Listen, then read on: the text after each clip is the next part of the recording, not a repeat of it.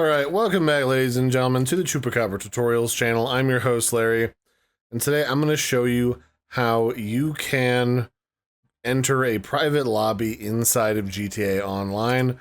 I'm in the Enhanced Edition right now, and the easiest way to do that is to just go into your menu here, go to Online, and then inside of here you want to go down to Find a New Session. Find New Session on its own can help you find a new public session, but you've also got two other options here. You can do an invite-only session where only you can, directly invite people. They can't just join you directly. You can create a crew session for just you and your crew members, which will just make it so that only people who are a part of your direct crew group can join you. You can also make a closed friend session as well, where only people who have you as a GTA Online friend can join you directly.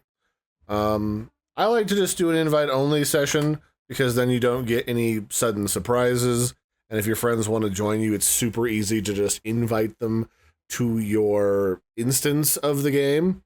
And if you want to invite them, you can just go to Friends, you can find, let's say this guy, and you can just click on somebody who's inside of your friends list, and then an invite friend button should be available here if they are online.